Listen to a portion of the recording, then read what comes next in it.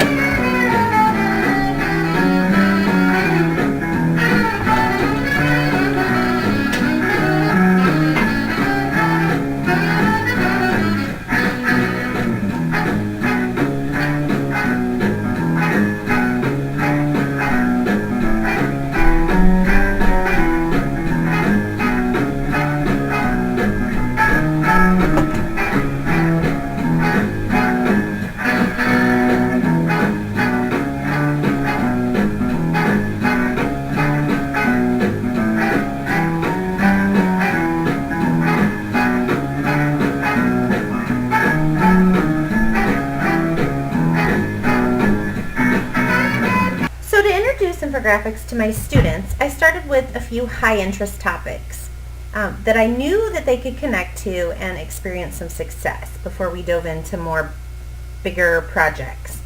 The first one I introduced to my students was the history of Mickey Mouse.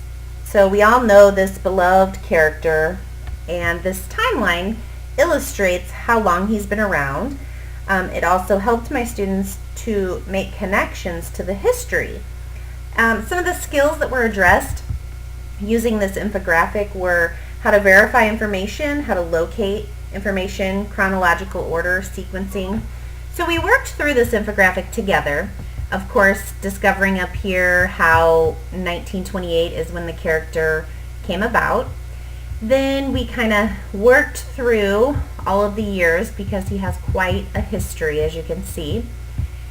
And one of the highlights that we focused on then was in 1970, right here. Mickey Mouse appears with the balloon in the Macy's Thanksgiving Day Parade. And then in 1971, you have Disney World opening. Those were some highlights that we took from this. So you go ahead down to the end here, and you can see that Mickey Mouse had a birthday in 2006. And so my students were able then to use this information after we worked through it together, and they were able to take this information and apply it to their social studies, where they began making a timeline of a historical figure of their choice.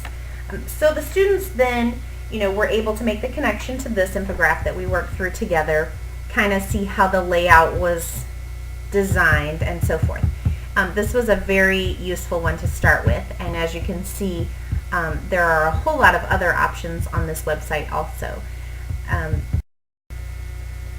Another infographic that I chose to use with my students is called the candy industry. Again, another high interest topic because most of us, adults and teenagers alike, can relate to a good piece of chocolate or some bubblicious bubble gum. So this was a large amount of data, and the format of the game board was a nice touch. As you can see, it's set up like a Candyland game board, which was just fun. So this infographic really did address a lot of skills. It addressed sequencing, of course, with the timeline. It also had nutrition facts, some information that they could decipher, compare and contrasting. They were able to see some math statistics and data worked in here, as well as some geography skills with the maps. And so this was a really good one for them, a nice visual. They could relate to the candy, the game pieces. Again, my students are pretty low readers. None of them read on grade level, and so this is a way of giving them a lot of information to process in a highly engaging way. And so down here at the bottom it talks about holidays and candies. So we kind of did some comparing with Halloween, Easter, the holiday season, Valentine's Day, and then Mother's Day, the holidays that candy is a highlight of. And then you go down a little more and we have caloric intake, like what you should and shouldn't eat and so forth. The students then were able to make a summary after they went through this board, and so we used a rubric and we worked through some of the most important information, and I broke them into groups, and then we were able to summarize some information about the candy. They also used some researching skills for this one. If you go down to the bottom here on the screen, there are links to all the sources that were used to put together this infographic. And so the students actually used the computers and did a little research of their own, which was really good for them. It's another skill that they need to learn how to research and figure out, which information is reliable and so forth. So this was another infographic that we used. We were trying to, again, just use high engaging, high interest ones that focused on things they could relate to and experience some success before we actually dove into the next topic, which is the bullying topic. Our school is a PBS school, Positive Behavior Supports. And so what we do during our PBIS lessons is we talk about different topics like peer pressure and bullying and so forth. And so the committee decided that it would be really cool to bring in some infographics to use in our classrooms while teaching about the different types of bullies. So we exposed the students to some of these different infographics. And if you can see here, this is cyberbullying and how social media becomes the new schoolyard for bullies. This happens so much in our classrooms, like so many disagreements and problems occur, and kids go to see the counselors and so forth because of things that have happened on Facebook or MySpace. And so it's really relevant to what's going on today and all of the things that the kids are exposed to. So this was a really good one, just giving some statistics and talking about how social media actually affects teens. And again, we want to show the kids where this information came from and kind of compare it to other information. The goal here was, after we showed them several different infographics, then we conducted kind of our own little research within our grade levels. So we had the students collect some authentic data based on bullying. And that's what I will show you later, that we use to create our own infograph. So this student bullying also provided us with a lot of information to decipher. We used the bullying topic as an ongoing project and assessment tool during our PBIS lessons. So this was a complete process for the students and still is ongoing. Students viewed this infograph, and after they talked through it in their groups, they went ahead and proceeded to create surveys and data collection ideas and tools cooperatively. They made a plan of action to gather bullying data in our building.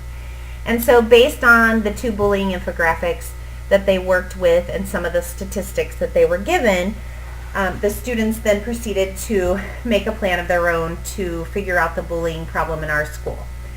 Our audience, our target audience, this kind of related back to writing, was kind of a persuasive piece, and also their target audience was the principal, and kind of deciphering about the bullying laws. As you can see up here in the corner, it has a map of states with bullying laws and states without bullying laws. And so this was very interesting.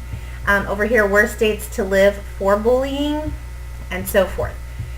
So again, this one was pretty powerful. Every 7 minutes a child is bullied, the most common types of bullying, and then we related it back to the cyberbullying.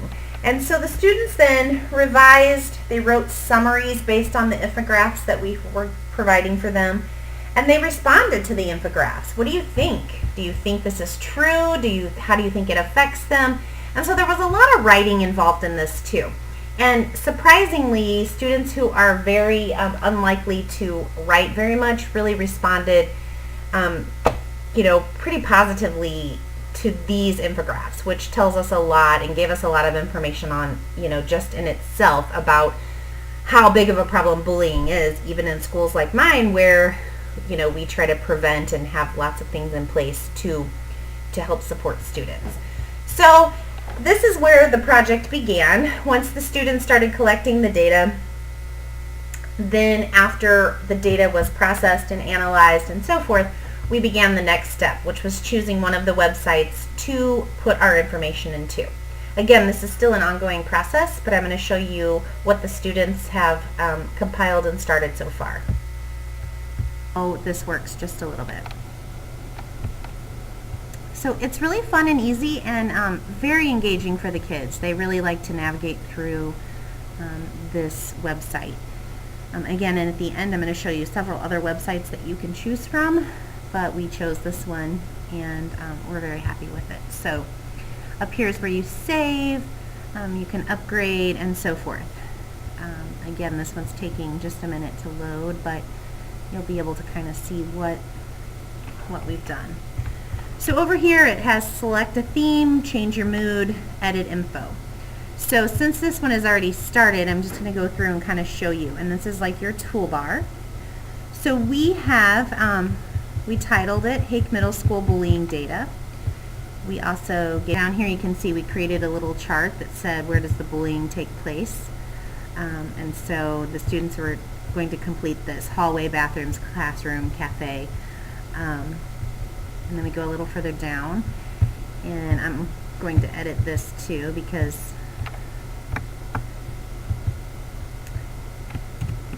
and then down here gives us a conclusion or a summary.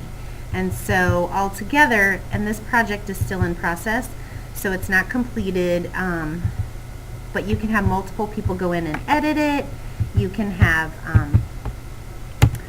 several students work together, which is what they have done. And so this is just one of the resources out there to help students create their own. I thought it was just nice to kind of share that with you. And then I'm going to save it, the bullying data, and then I'm going to go back and edit and add more later. So again, just one resource out there for us. So the next bit of information that I'm sharing with you is just a list of websites and interactive places that you can go to create. There is an abundance of places online to go. Many of them are free. Several of the ones that I created were free. There are some that of course cost money. But if you take a look here, there's Chartsbin, Creatively, Glyphy, Simile Widgets, Wordle, which is one I know we've talked about in class. The one I chose to use earlier was Pictochart, and that one was very user-friendly.